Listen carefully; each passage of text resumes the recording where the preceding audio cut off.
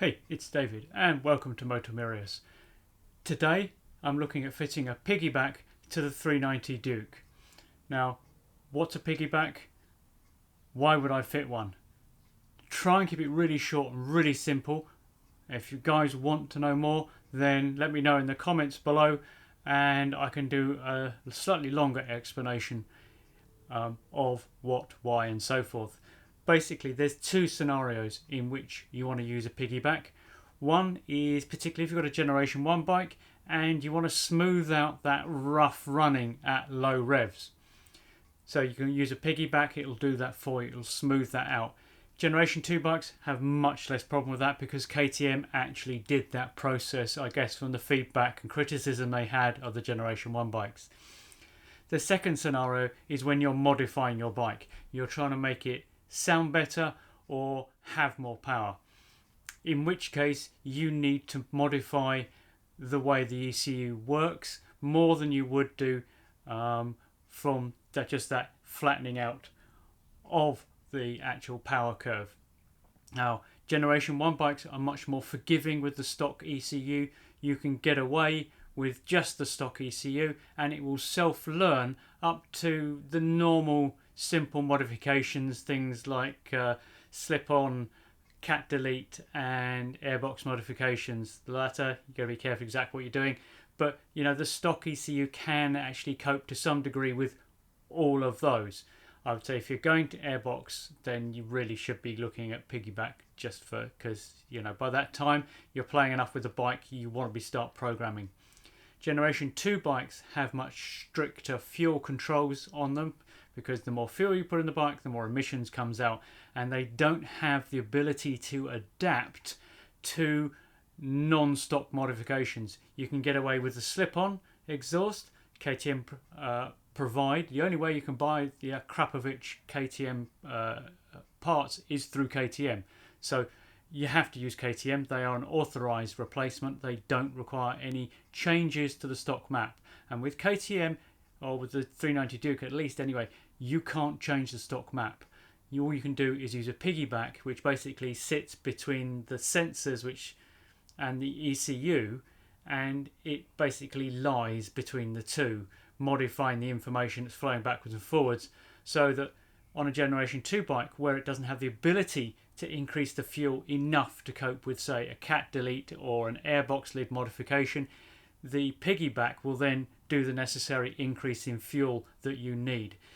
If you try and do something like an airbox modification or potentially even a cat delete on a Generation 2 bike without a piggyback, then you basically risk blowing up your engine. That might sound dramatic, but it is what happens, and it has happened to a number of riders, especially before they realised there was an issue with the Generation 2 bikes and that it was down to the emission controls on the ECU. After all, if you've got an ECU which self-learns, which is what they do, if the stock mapping is within emissions control, but it has a self-learn to go above the emissions control, then it's no longer compliant because that's the factory setup. So they've had to cap it here just below the emissions, and that's the maximum amount of fuel can put in. If you put an airbox modification and you need this much fuel, well, it's still only going to get this much fuel, and that means this much is extra air. That means the bike's going to run leaner, and that means your engine's going to blow up. Simple as that, I'm afraid. So piggybacks are the way to go. You can get a simple piggyback, which is what I'm fitting, which will do things like that low rev modification and get away with maybe a cat delete, something like that. Go more than that and you need one of the more expensive programmable units, and then you probably need some dyno time or to get a map off somebody who's already done the same thing as you're looking for. Anyway, let's get into it. So what I'm using is the DimSPORT RapidBike Easy. Whoa, cut. Right, let's avoid some confusion here. I know I just said easy, I didn't mean easy. So let me take a step back because I think that I've missed part of what I want to talk about. There are various manufacturers out there who make these piggybacks. There are at least 4 that I can think of, and I'm sure there are more. They vary from simple plug and play units through to completely programmable units, which are more suited to people, for example, particularly if you've got something like an RC and you're looking at being in the racing series or whatever, then you want programmable units to fit your highly modified bikes. But what I chose, without going into, I didn't choose this one because of this and I didn't choose that one because of that, I went with the RapidBike unit, largely because it has a self-learning feature. I'm not saying it's the only one, but this is one of the reasons I chose it. Now, RapidBike do 3 different units. They do the Easy, which I just mentioned. Now, the Easy one is a pure plug and play unit, and all it will do is smooth out that rough running at the low revs, which is caused by the emissions regulations to try and keep the emissions down in urban areas, which is where you're going to be at low revs. Once you're up at high revs, you're not going to be in an urban environment. There's less pressure on the emissions. So that's the Easy. At the other end of the scale, they've got the racing unit, which is much more programmable, and it comes with things like launch control and that sort of stuff. I think that would be great fun to have, but it's more money than I want to put into a piggyback just at this point in time. And once you're in that sort of end, then maybe you're looking at doing some dyno time, again more money. So I just wanted a plug and play unit I could put on that would cope with the sort of low level modifications that I will be doing to this bike. So that I went with the Evo, which is the one that sits in the middle. It's a pure plug and play unit, and it self-learns as you ride. So it will gradually adjust the fuel maps to suit what you're doing and to suit the sort of stuff you've got on your bike, like a cat delete, like maybe an airbox lid modification. That sort of relatively low level thing, although the airbox lid can be quite a big modification in itself, but it has the ability to self-learn, so that's why I've gone with it. So, back to what I previously recorded. Inside the box, we have the piggyback ECU, instructions, and cables. These cables are all colour coded, and what they do is you've got a connection to the piggyback ECU here, and a series of other connectors which plug in to the various connectors on the bike. So you've got a connector, say this one, you disconnect it, and then plug it into either side of the RapidBike connectors, and that's it. That's all there is to it. But we'll run through this, so let's get started. So I've laid the wiring out on the bike in the approximate position that it's going to go. So ECU unit will live here and the cable will run across here. I've yet to find out whether or not that will actually even work, whether the seat will sit down and so forth, but I'm assuming it will. Now there's some good instructions with the kit as to where to find the connectors, and it all seems to be where they say it is, but it's a little bit of a struggle to find some of the bits. So working from the back to the front, we have the earth connector, which will go to the earth on the battery. Now the photos on the one I've got seem to be a Gen 1 bike, so some of the details are different, including the battery strap. Now because the Gen 2 bikes have a separate subframe, the earth strap from the battery seems to run forward down here to ground on the frame somewhere, and that's just not accessible or visible, so it's going to have to go here.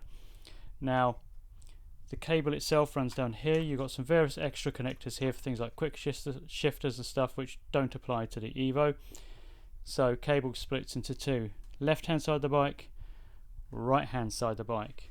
Now the first of these cables goes down into there. Here is a grey plug and it sits on top of the engine, so I've fed the connectors through to there.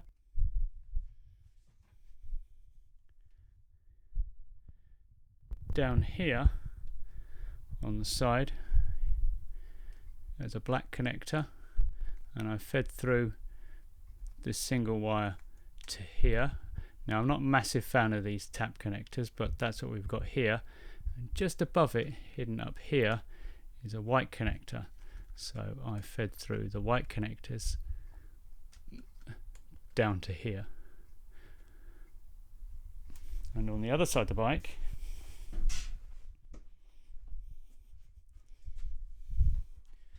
what I've done is to remove the coil cover, taken the coil out. Now you'll notice I've just put the bolts back through here so I don't forget that this wire connects onto here. So behind here there's a white connector, so I've fed the white connectors down there. And tucked up in there is a green connector, so I've fed the green connectors onto here. So the next plan is just to unplug all these connectors. These do seem to be waterproof connectors, so they're probably a little bit stiff coming out, and they're always fiddly, but and then we just reconnect the two ends into these, and that's it. And then we should be able to pull this back so that it clears the tank mount, and then run all the way back, connecting the earth, and we should then be able to connect this in, and in theory it should all work. Well, once we put the fuel tank back on anyway. If you actually look at the way the clip works you're replacing, so for this one for example, if I press in, it goes away there. It'll give you a clue as to how it latches in. So have a look at the clip, figure out how it's working. So in this case you can see there's a bit of a, well, you might not be able to see, there's a bit of a hook there. So if I press that in, it'll open up and I can pull the whole thing out. That was a fight getting in there. My advice is don't force it. No matter how much temptation there is to try and really pull on that connector, you could break it. So take your time. It just means getting it at the right angle. If you can do that, it'll pop right off with no effort. If you don't get it right, it won't. So try not to force it, but there you go. So first plug in. Now we have the posi tap.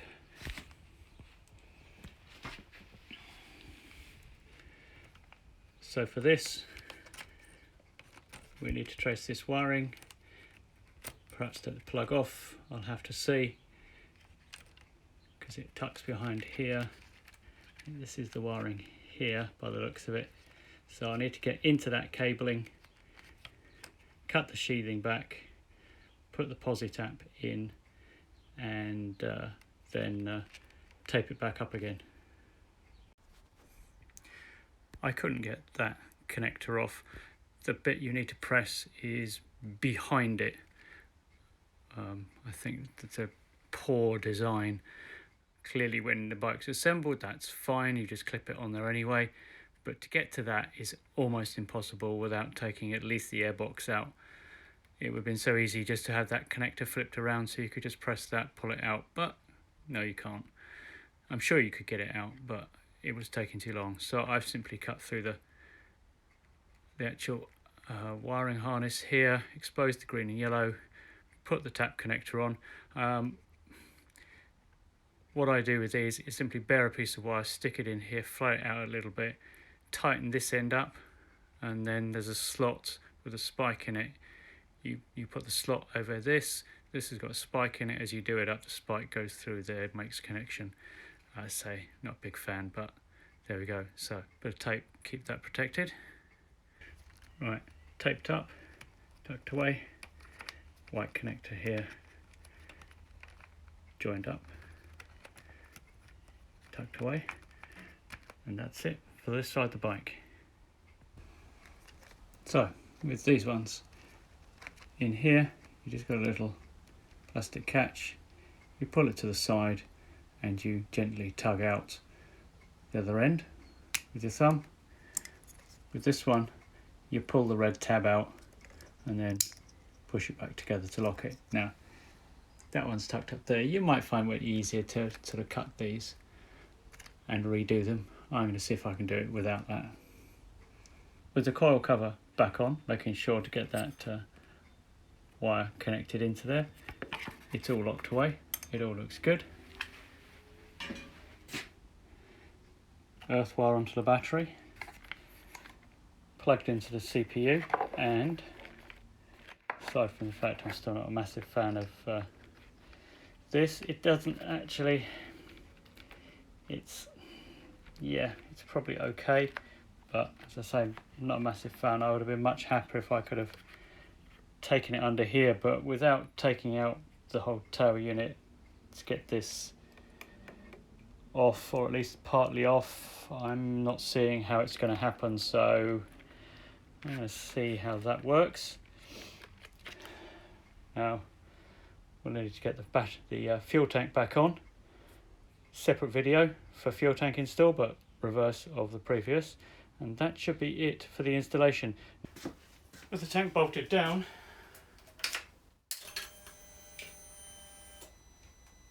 no error messages as yet. Fuel pump is caught up.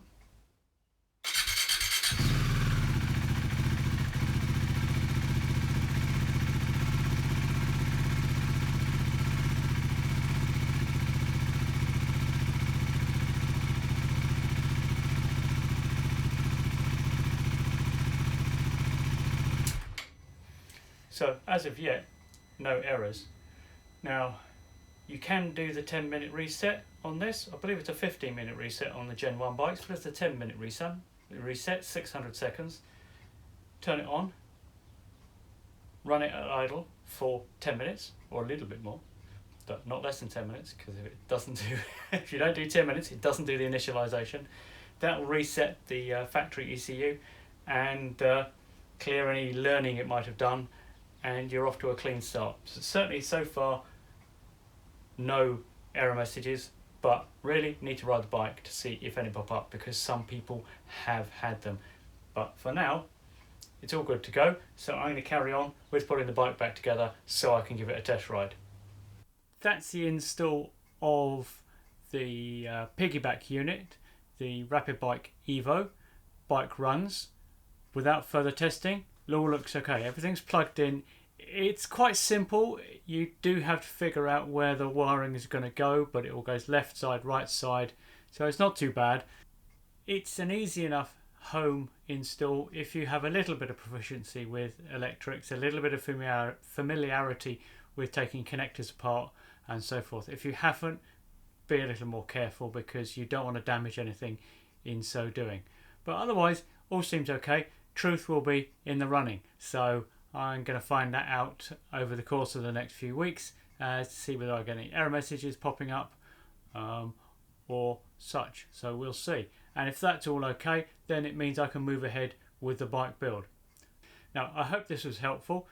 If it was interesting or useful to you, consider subscribing or liking the videos so that you're up to date with future developments on the KTM Duke.